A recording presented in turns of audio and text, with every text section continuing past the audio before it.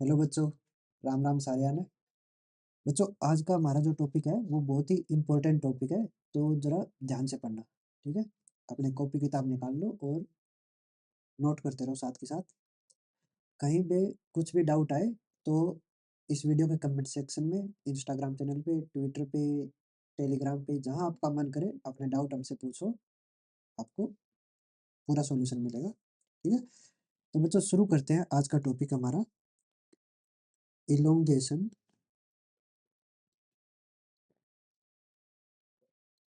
Under self weight. ठीक है, पहले तो इसका मतलब समझो बच्चों। इलोंगेशन का मतलब होता है स्ट्रेचिंग। ठीक है, कोई भी चीज अगर स्ट्रेच हो रही है यानी कि इलोंगेट हो रही है अंडर सेल्फ वेट। अब स्ट्रेचिंग जो हो रही है वो किसकी वजह से हो रही है? उसके सेल्फ वेट की वजह से हो रही है। ठीक है, उसके पास खुद का जितना वेट है उसकी वजह से उसके अंदर कितनी इलोंगेशन हो रही है वायर के अंदर, हमको वो फाइंड आउट करना है।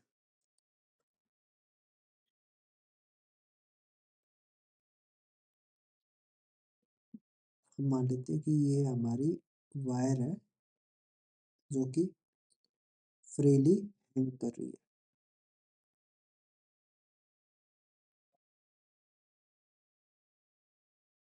हम मान लेते हैं कि ये इसकी इनिशियल लेंथ एल थी, मास इसका एम है। ठीक है, और ए इसका एरिया ऑफ क्रॉस सेक्शन है। ठीक है, इसके साथ में वाई जो है, वाई इस वायर के लिए यंग्स मॉडुलस ऑफ इलास्टिसिटी रहेगा। ओके, ये हमने इस वायर के पैरामीटर्स डिफाइन कर दिए। अब हमें निकालना है कि इस वायर में इसके वेट की वजह से, ठीक है, मास इसका जो एम है, इसका जो सेल्फ वेट होगा इसकी वजह से इस वायर में कितनी स्ट्रेचिंग आ रही है, कितना ये इलोंगेट हो रही है, वो फाइंड आउट करना है। ठीक है बच्चों, तो कैसे करोगे? इसके लिए बच्चों सबसे पहले तो हम एक स्मॉल क्रॉस सेक्शनल एरिया ले लेते हैं यहाँ पे। ठीक है, लेंथ डी एक्स का।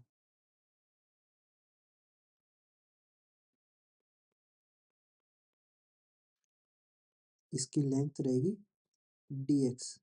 ओके, और ये जो एरिया ऑफ क्रॉस सेक्शन लिया है हमने डी एक्स, ये कहाँ पे लाई कर रहा है? हमारा बॉटम से एक्स हाइट पर। ओके,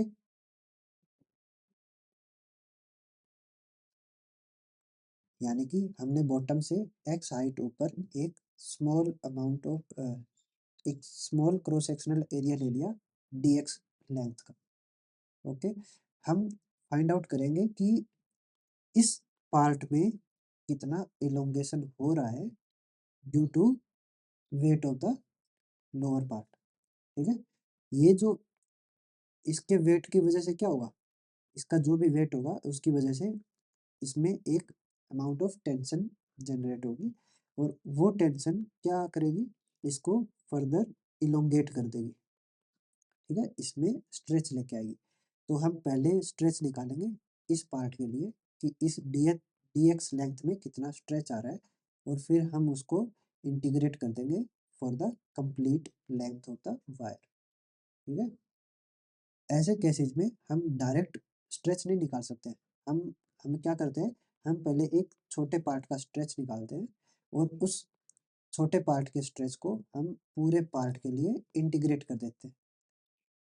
क्योंकि जैसे जैसे स्ट्रेचिंग बढ़ती जाती है, हमारी फोर्स में, टेंशन में, इनमें वेरिएशन आता रहता है, तो हम डायरेक्ट नहीं निकाल सकते, हमको इंटीग्रेशन की हेल्प लेनी पड़ती है।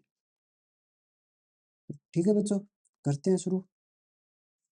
सबसे पहले तो हमें निकालना पड़ेगा कि इस पार्ट का मास कितना है। ठीक है, जितना इसका मास होगा उसी के हिसाब से ये क्या करेगा, नीचे mg फोर्स लगाएगा, और वो फोर्स dx पार्ट में टेंशन क्रिएट करेगी। ठीक है, तो पहले तो हम मास निकाल लेते हैं लोअर पार्ट का। कैसे निकालोगे?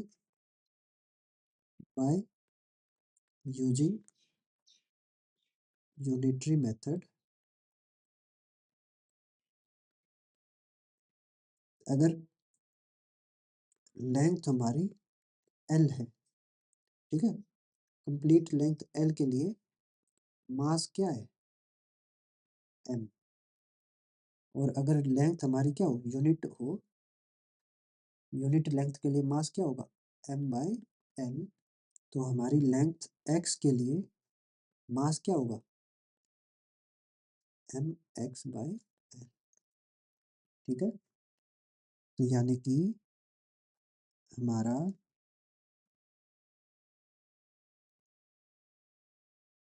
इस पोर्शन का जो मास होगा एम, एम क्या आ गया, एम आ गया M x by L.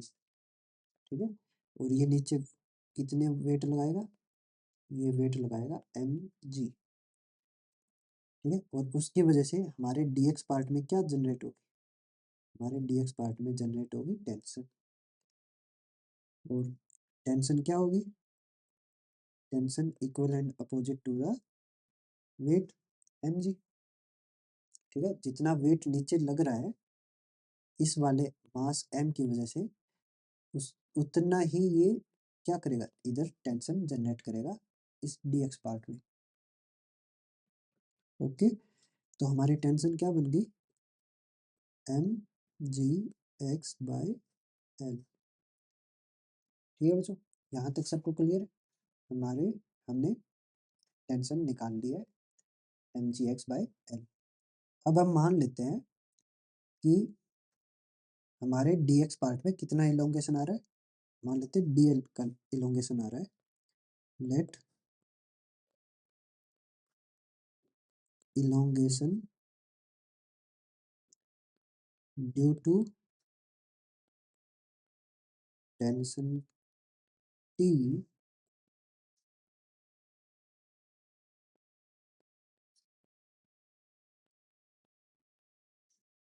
Is,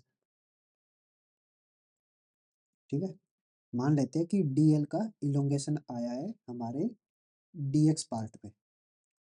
ठीक है। अगर हमारी लेंथ एल होती है,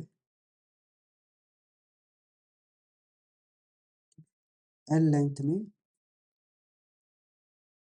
डेल्टा एल का स्ट्रेच अगर हो, ठीक है, तो उस केस में हमारा यंग्स मॉड्यूलस ऑफ इलास्टिसिटी क्या बनता है, एफ एल ओवर ए डेल्टा एल। ठीक है। और यहाँ से अगर हम डेल्टा एल निकालें तो क्या बनेगा, एफ एल ओवर ए वाई। हमारे इस केस में हम इलोंगेशन किस में देख रहे हैं, हम इलोंगेशन देख रहे हैं हमारे डी एक्स पार्ट में। ठीक है। तो हमारी कंप्लीट लेंथ तो ये है डी एक्स, और इसमें इलोंगेशन कितना हो रहा है डी एल लेंथ का। यानी कि एल हमारा क्या है, एल हमारा डी एक्स है, और डेल्टा एल हमारा क्या है, डेल्टा एल हमारा डी एल है। ठीक है। तो उस केस में हमारा वाई क्या बन जाएगा, हमारा यंग्स मॉड्यूलस ऑफ इलास्टिसिटी बनेगा f d x four divided by A D L. Okay. और यहाँ से हमारा डी एल क्या आएगा, डी एल आ जाएगा f d x divided by A Y. ठीक है। क्योंकि हम अभी बात कर रहे हैं सिर्फ और सिर्फ इस पोर्शन की, ठीक है, डी एक्स पोर्शन की। डी एक्स पोर्शन में टी टेंशन की वजह से डी एल लेंथ का इलोंगेशन आया है। ठीक है। तो उस केस में डी एल हमारा क्या बनेगा, f d x divided by A Y. और एफ क्या है, एफ इस पे लगने वाली फोर्स है, और यहाँ पे कितनी फोर्स लग रही है, टी टेंशन। तो इसको हम लिख सकते हैं टी डी एक्स ओवर ए वाई। ठीक है। हमारी टी की वैल्यू क्या रहेगी, हमारी टी की वैल्यू है M G x over l d x by A y. तो ये हमारा डी एल लेंथ का इलोंगेशन है डी एक्स पोर्शन में। ओके, हमें क्या निकालना है, हमें इलोंगेशन निकालना है कंप्लीट वायर में। अभी हमने इलोंगेशन निकाला सिर्फ और सिर्फ इस पोर्शन में, हमें चाहिए कंप्लीट वायर में। तो हम क्या कर देंगे, इंटीग्रेट कर देंगे इस पार्ट के इलोंगेशन को फॉर द कंप्लीट वायर। ठीक है, तो जब हम इंटीग्रेट करेंगे इसको, integrating both side to get elongation for complete length of the wire। ठीक है, वायर की कंप्लीट लेंथ के लिए elongation निकालना है, तो इंटीग्रेट कर देंगे इसको, क्या बनेगा डेल्टा एल। डेल्टा एल क्या बनेगा, इंटीग्रेशन ऑफ द डीएल। ठीक है, डेल्टा एल हमारा कंप्लीट वायर में elongation है, और ये कैसे मिलेगा, integration of M G x d x divided by l a Y. और एक्स हमारा क्या है, एक्स हमारा वेरी करेगा starting from here to here, यानी कि x varies from 0 to length l. Okay, तो हमारी एक्स की लिमिट क्या रहेगी, 0 टू एल। अब इस वाले हिस्से में हमारा M mass of the complete wire constant है, जी कांस्टेंट होता है, L length of the wire constant रहेगी, A area of the cross section भी कांस्टेंट है, और Y Young's modulus of elasticity ये भी कांस्टेंट होता है। तो कांस्टेंट टर्म्स हमारी इंटीग्रेशन से बाहर आ जाती है, तो डेल्टा एल क्या बनेगा, M g over l a y integration of x d x 0 से एल। ठीक है, अब एक्स डी एक्स का इंटीग्रेशन क्या बनता है, x square by 2,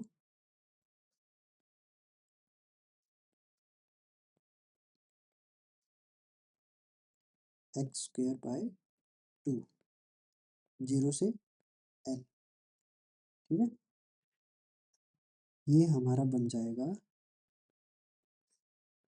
M g divided by 2 l a Y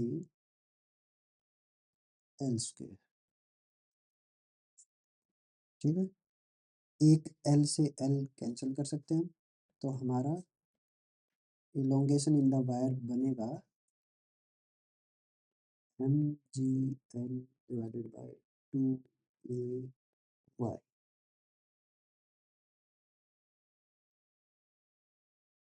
ठीक है, ये रहेगा हमारा elongation in the complete length of the wire due to its self weight. ठीक है, सिर्फ और सिर्फ वायर के वेट की वजह से वायर में कितना इलोंगेशन आया है, वो है M G L divided by 2 A Y. आसान था ना बच्चों।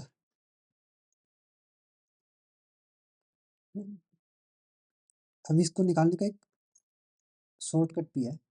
ठीक है, उस शॉर्टकट में बच्चे गलतियां भी कर देते हैं कई बार, ध्यान से देखना क्या शॉर्टकट रहेगा वो।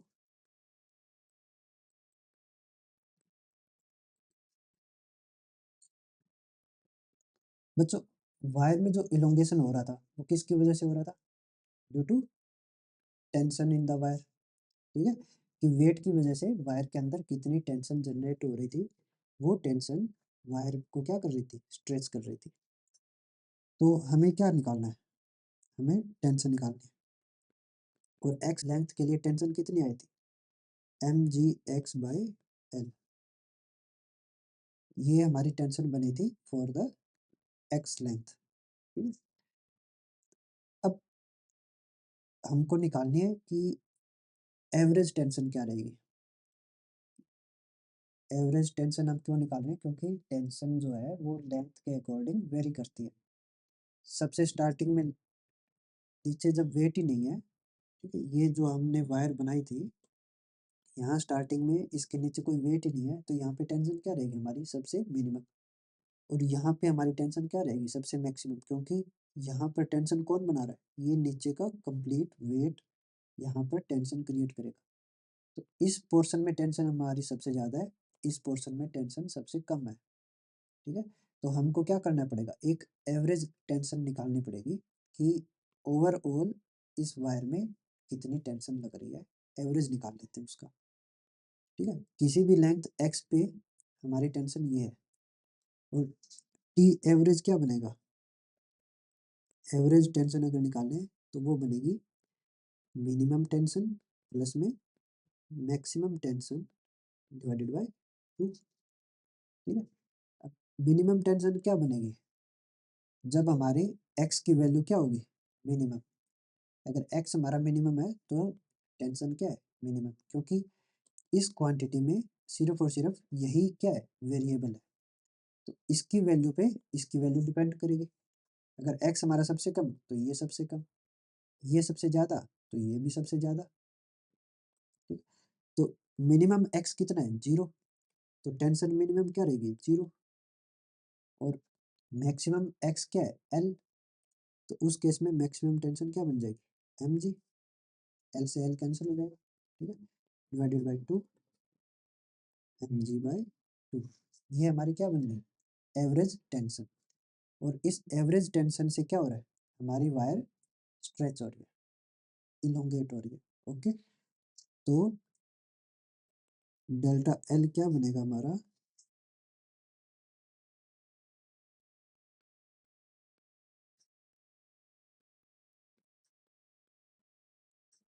ये फॉर्मूला कहाँ से है, हमने यंग्स मॉड्यूलस ऑफ इलास्टिसिटी क्या पढ़ा था, F L by A delta L. यहाँ से अगर डेल्टा एल निकालेंगे तो वो उधर चला जाएगा, वाई नीचे आ जाएगा। ठीक है, तो डेल्टा एल बन गया ये। यहाँ पे एफ को हम क्या ले रहे हैं, एफ एवरेज।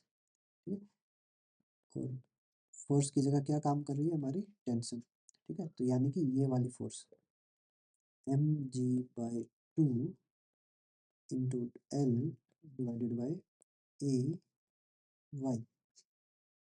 ठीक है, तो डेल्टा एल बन गया हमारा 1/2 M G L by A Y.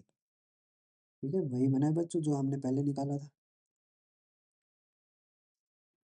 Okay, तो देखो शॉर्टकट से कितना आसान हो गया है। लेकिन इसमें बच्चे गलती क्या कर देते हैं शॉर्टकट में, वो टेंशन को डायरेक्ट ले लेते हैं एम जी, वायर का मास है एम, तो टेंशन कितनी लग रही है एम जी, और वो डायरेक्ट यहाँ पे पुट कर देंगे एफ की जगह पे एम जी, तो उससे क्या आएगा, डेल्टा एल आएगा M G L by A Y.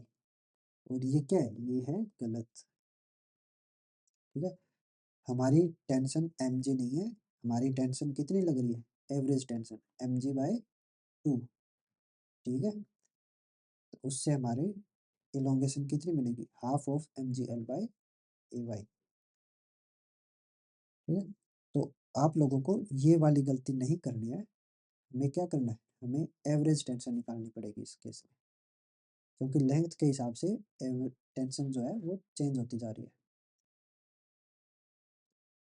अब बच्चों हमने इलोंगेशन इन द वायर तो निकाल लिए। ठीक है, elongation in the wire due to self weight.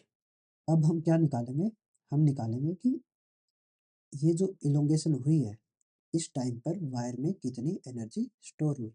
ठीक है, एनर्जी स्टोर निकालेंगे हम।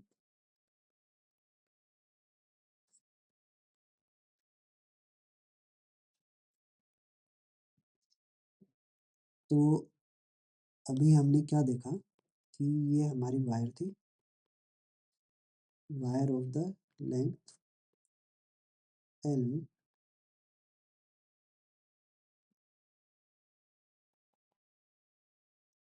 L area of the cross section A, mass इसका एम, और मॉडुलस ऑफ इलास्टिसिटी वाई। और इसके वेट की वजह से वायर में इलोंगेशन आया है डेल्टा एल लेंथ का, ठीक है। तो ड्यू टू दिस इलोंगेशन हमारी वायर में कितनी एनर्जी स्टोर हुई वो हम निकाल लें। डेल्टा एल हमारा क्या बना था, M G L by 2 a y, okay. तो हमारा एनर्जी स्टोरेज क्या बनेगा, हम क्या मान सकते थे कि हमारी जो वायर है वो एक्ट कर रही है एक स्प्रिंग की तरह, और स्प्रिंग में एनर्जी स्टोरेज कितनी होती है, हाफ के एक्स स्क्वायर, ठीक है। एक्स क्या होता है, स्ट्रेचिंग, ठीक है, उसमें कितना स्ट्रेच हुआ है या कंप्रेस हुआ है वो, ठीक है। तो यहाँ पे एनर्जी स्टोरेज क्या बनेगा, हाफ के जितना स्ट्रेच हुआ डेल्टा एल का स्क्वायर, और के क्या होता है, स्प्रिंग कांस्टेंट, वायर के केस में स्प्रिंग कांस्टेंट कितना बनता है, वाई ए बाई एल, ठीक है। और डेल्टा एल हमारा क्या है, M G L by 2 a y, इसका स्क्वायर, ये क्या बन जाएगा, energy storage in the wire. देखो इसमें क्या कुछ काट सकते हैं,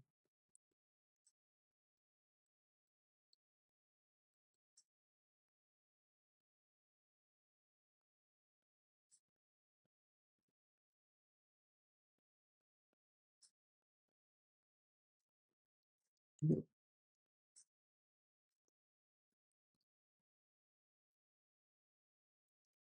क्या बन जाएगा ये, energy store 1/8 M square G square L by A Y, ठीक है।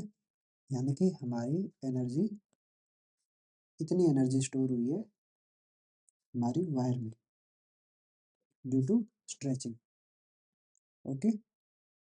अब बच्चों जब वायर में कोई स्ट्रेच नहीं था, ठीक है, वायर की लेंथ क्या थी, वायर की लेंथ थी एल, ठीक है, एल लेंथ की वायर थी, तो इसकी पोटेंशियल एनर्जी कितनी थी, potential energy of wire when there was no stretch, तो कितनी पोटेंशियल एनर्जी थी,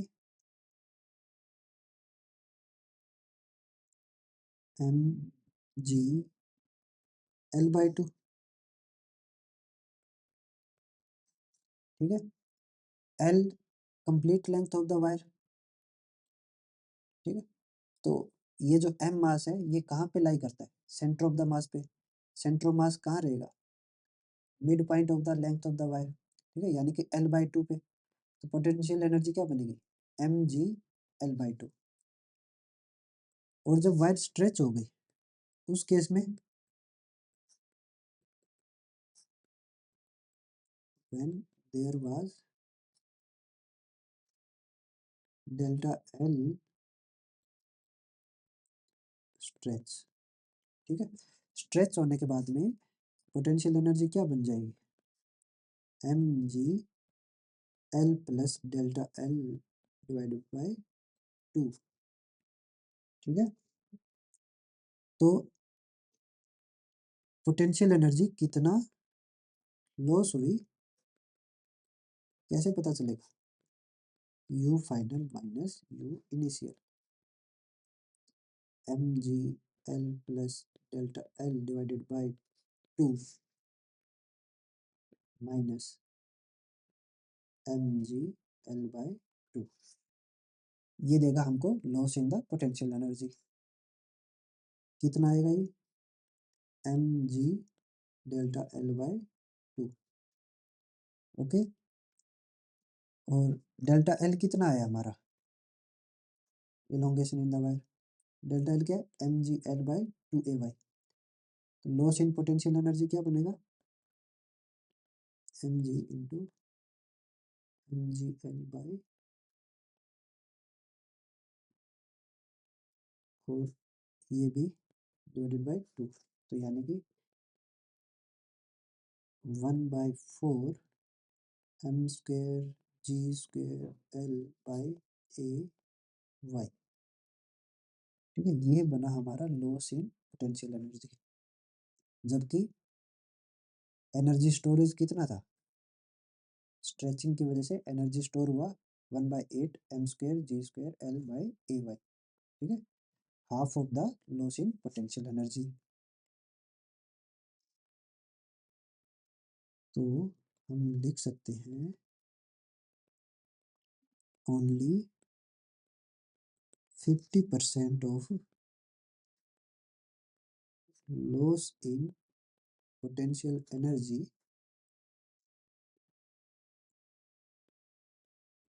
gets stored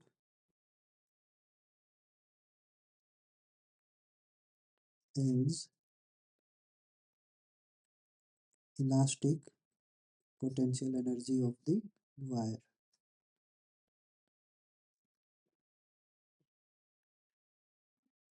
and rest of the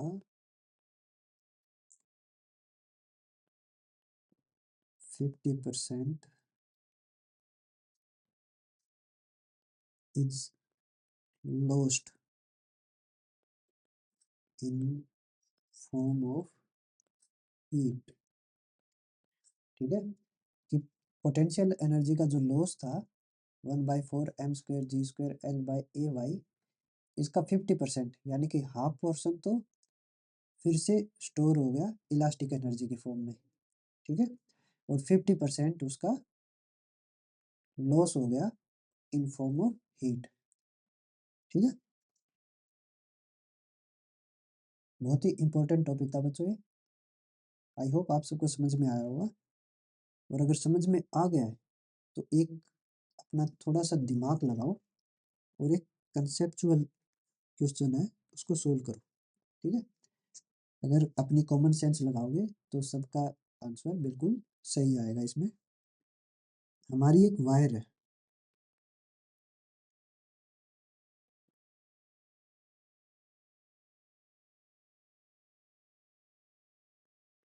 ठीक है, इस वायर में इलोंगेशन हुई है और आपको बताना है कि ये किस टाइप से इलोंगेट होगी। ठीक है, इलोंगेशन होने के बाद में इसकी शेप कैसी रहेगी।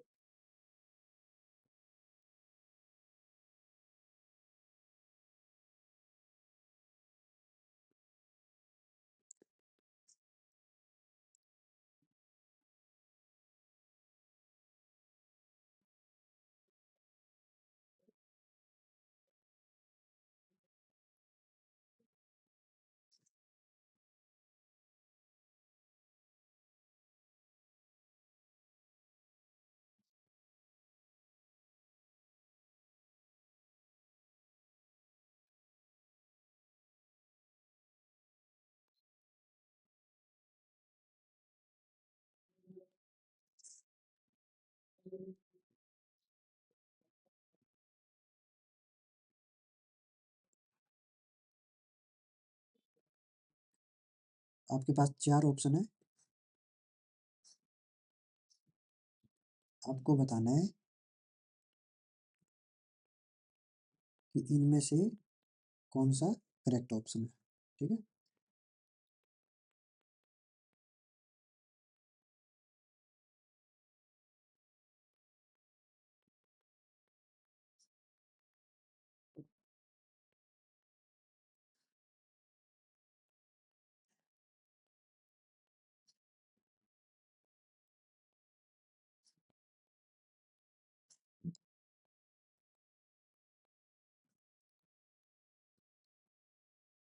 आप अपना वीडियो पॉज कीजिए और इसको सोल्व करिए। बिल्कुल ही कॉमन सेंस का क्वेश्चन है, इसमें बिल्कुल भी टाइम नहीं लगना चाहिए आपको। ठीक है, तो बच्चों इसका करेक्ट जवाब रहेगा आपका ऑप्शन सी। ठीक है, जब भी वायर में स्ट्रेच आता है वो हमेशा अपने बॉटम से थिक हो जाएगी और टॉप पार्ट से थिन हो जाएगी।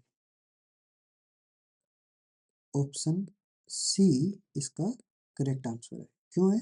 क्योंकि जो टेंशन टी लगती है, ठीक है, इलोंगेशन जो होता है टेंशन की वजह से होता है, तो जो टी हमारी टेंशन रहेगी, टी सबसे ज़्यादा है, इज ग्रेटर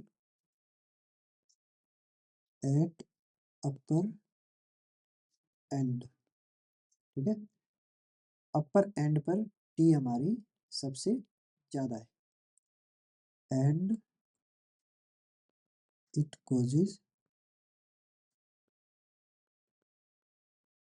थिनर एंड, ठीक है, और टी टेंशन हमारी सबसे ज़्यादा है अपर एंड पे, उस वजह से ये थिन हो जाएगा और हमारा लोअर एंड थिक रहेगा, ठीक है, तो ये हमारा करेक्ट ऑप्शन रहेगा। आई होप आप सबको अच्छे से समझ में आया होगा। अगर कुछ भी डाउट हो तो आप हमसे कांटेक्ट कर सकते हैं। धन्यवाद, अगली वीडियो में मिलेंगे। जय श्री राम।